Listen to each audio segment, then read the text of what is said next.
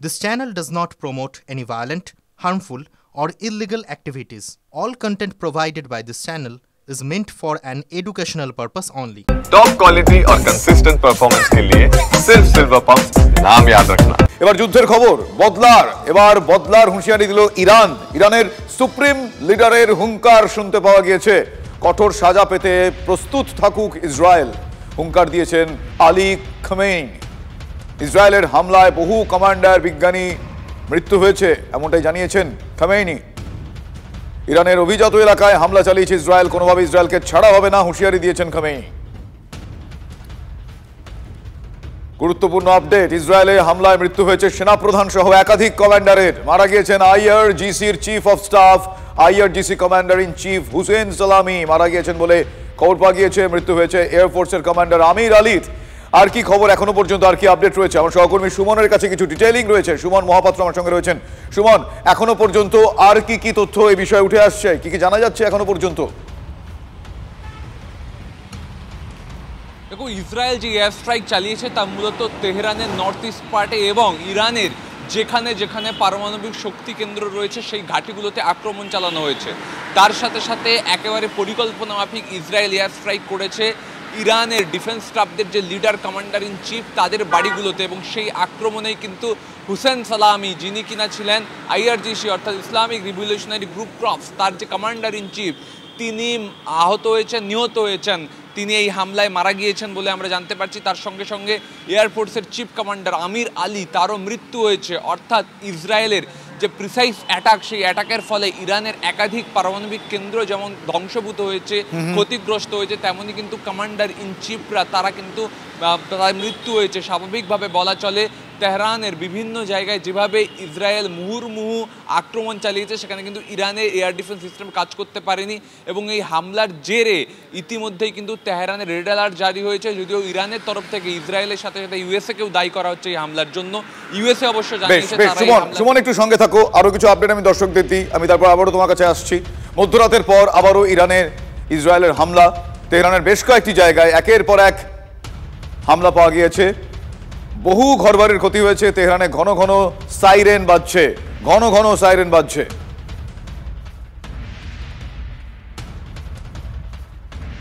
আরো একবার আপনাদের জানিয়ে রাখবো, এই মুহূর্তে ইসরায়েলের হামলায় মৃত্যু হয়েছে ইরানের সেনাপ্রধান হুসেন সালামি। আইআরজিসি প্রধানের মৃত্যু হয়েছে হ্যারপ ড্রোন হানায়। এই হ্যারপ ড্রোনই ভারত অপারেশন সিঁদুরের সময় ব্যবহার করেছিল। আমার সহকর্মী সোমনাথ ভট্টাচার্য এই মুহূর্তে আমার সঙ্গে টেলিফোন লাইনে রয়েছেন। সোমনাথ, আমি একটু ডিটেইলিং তোমার কাছে জানতে চাইবো, এই হ্যারপ ড্রোন সম্বন্ধে একটু জানতে চাইবো যে এই হ্যারপ ড্রোন এর বিশেষত কি, কিভাবে এটা অ্যাটাক করে, কিভাবে ফাংশনিং হয়? সোমনাথ, দেখো, এই হ্যারপ ড্রোন বলতেই আমাদের চোখে যে ছবিটা ভেসে ওঠে সেটা হলো 7 তারিখ রাত এবং 8 তারিখ ভোরের ঠিক ছবি। গত মাসে অপারেশন সিঁদুরে ভারত যখন বিমান হামলা চালালো এবং তার পরদিন পাকিস্তানের তরফে হামলার চেষ্টা হলো, তখন ভারত পাকিস্তানের ভেতরে 13টা শহরে এই হ্যারপ ড্রোন ঢুকিয়ে হামলা চালিয়েছিল এবং এই হ্যারপ ড্রোন প্রিসিশন স্ট্রাইক করেছিল। এই হ্যারপ ড্রোনের একটা বিশেষত্ব হলো এই হ্যারপ ড্রোন দীর্ঘ পথ উঠতে পারে এবং বিস্ফোরক বহন করে উঠতে পারে। কিন্তু ইসরায়েলের ক্ষেত্রে যেটা জানা যাচ্ছে, আজকের ঘটনায় যেটা জানা যাচ্ছে যে বিমান থেকে হ্যারপ ড্রোন ছোড়া হয়েছিল। এটা হ্যারপ ড্রোনের ক্ষেত্রে আর একটা মাইলস্টোন, এবং হ্যারপ ড্রোনে যদি এই প্রযুক্তি থাকে, যেটা আমাদের জানা ছিল না যে এই প্রযুক্তিও রয়েছে, তাহলে কিন্তু বলতে হবে যে ভারতের হাতে যে হ্যারপ ড্রোনের ডিভিশন রয়েছে সেটিও কিন্তু নতুন করে শক্তিশালী হয়ে উঠলো, এবং ভবিষ্যতে কিন্তু আমরা পাকিস্তানের সঙ্গে সংঘাত বা অন্য যে কোনো সংঘাতে হ্যারপ ড্রোন আরো বড় অস্ত্র হয়ে উঠলো ভারতের, এটা আমরা বলতে পারি। একদমই তাই, অত্যন্ত গুরুত্বপূর্ণ ভূমিকা এই হ্যারপ ড্রোনের। এর আগেও আমরা দেখেছি এই হ্যারপ ড্রোনের ক্ষমতা, অপারেশন সিঁদুরের সময় আমরা দেখেছি। এক্ষেত্রে সে হ্যারপ ড্রোন ব্যবহৃত। ইসরায়েলের হামলায় 3 নিউক্লিয়ার সায়েন্টিস্টের মৃত্যু হয়েছে। 3 জন নিউক্লিয়ার সায়েন্টিস্টের মৃত্যু হয়েছে। নিউক্লিয়ার বিজ্ঞানী ফরিদুন আব্বাসি। আপনাদের আরো একবার জানিয়ে রাখবো, ইসরায়েলের হামলায় 3 জন নিউক্লিয়ার সায়েন্টিস্টের মৃত্যু হয়েছে বলে জানা যাচ্ছে। নিউক্লিয়ার বিজ্ঞানী ফরিদুন আব্বাসির বাড়ি লক্ষ্য করে হামলা চালায় ইসরায়েল। ওই বিজ্ঞানীর বাড়ি পুরো ভেঙে গিয়েছে। মারা গিয়েছেন নিউক্লিয়ার বিজ্ঞানী ফরিদুন আব্বাসি। কিছু আপডেট নেব আবারও আমার সহকর্মী সুমনের কাছ থেকে। সুমন, নিউক্লিয়ার বিজ্ঞানীদের বাড়ি লক্ষ্য করে হামলা, ভয়াবহ। কি জানা যাচ্ছে? দেখো, ইউএনের যে ইন্টারন্যাশনাল অ্যাটমিক এনার্জি এজেন্সি রয়েছে তারা কিন্তু বারবার ইরানকে তাদের ম্যাল প্র্যাকটিসের জন্য সাবধান করেছিল এবং ইরানকে বলা হয়েছিল যে আপনারা আটকে যান, আর এগোবেন না। কিন্তু তারপরেও ইরান কিন্তু তাদের ম্যাল প্র্যাকটিস চালিয়ে যাচ্ছিল এবং ইসরায়েল আশঙ্কা প্রকাশ করেছিল যে ইরান তাদের যে নিউক্লিয়ার পাওয়ার, নিউক্লিয়ার ওপেন, সেটা কিন্তু হামাস বা হিজবুল্লাহর মতন জঙ্গি সংগঠনের হাতে তুলে দিতে পারে। তার কারণ তুমি জানো Israel Palestine Gaza. Suman please তুমি আমার সঙ্গে থাকো। সুমন আমার সঙ্গে একটু থাকো। এই মুহূর্তে আরো একটা বড় আপডেট, এই মুহূর্তের সব থেকে বড় খবর, এই মুহূর্তের সব থেকে বড় খবর আপনাদের সামনে আমরা তুলে ধরছি। ইসরায়েলের উপর পাল্টা হামলা চালিয়েছে ইরান। ইসরায়েলের উপর এবার ইরানের পাল্টা হামলা। এই মুহূর্তের সব থেকে বড় আপডেট, ইসরায়েলের বড়সড় হামলা চালিয়েছে ইরান।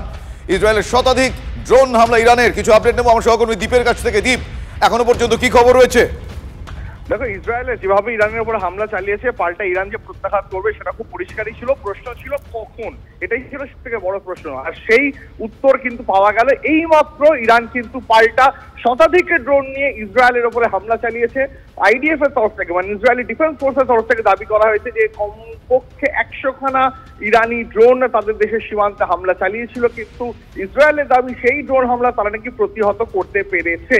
এবার দেখো, এটা ইরানের ফার্স্ট ওয়েভ বলা যেতে পারে, মানে প্রত্যাঘাতের প্রথম ওয়েভ যেটা বলে। এরপরেও কিন্তু ইরান আরো হামলা করবে, কারণ ইতিমধ্যে ইরানের সেনা, একটু আগে তুমি যেমনটা বলছিলে, ইরানের সর্বোচ্চ নেতা, ধর্মীয় নেতা থেকে শুরু করে ইরানের প্রতিরক্ষা মন্ত্রকের শীর্ষ কর্তারা, তারা পর্যন্ত একেবারে স্পষ্ট হুঁশিয়ারি দিয়ে রেখেছেন যে ইসরায়েলের উপরে যে ইরানের উপরে যে হামলা চালিয়েছে তাতে সিংহের লেজে নাড়া দেওয়া হয়েছে। এই টার্মটা ব্যবহার করা হয়েছে, লায়ন টেলকে নাড়ানো হয়েছে। তার মানে কোন একটা ঘুমন্ত সিংহকে যখন কেউ বিরক্ত করে তখন সিংহ পাল্টা যেভাবে তাকে প্রত্যাঘাত করতে পারে, আঘাত করতে পারে, ইরানও ঠিক সেইভাবে একইভাবে কিন্তু ইসরায়েলের উপরেও প্রত্যাঘাত করবে।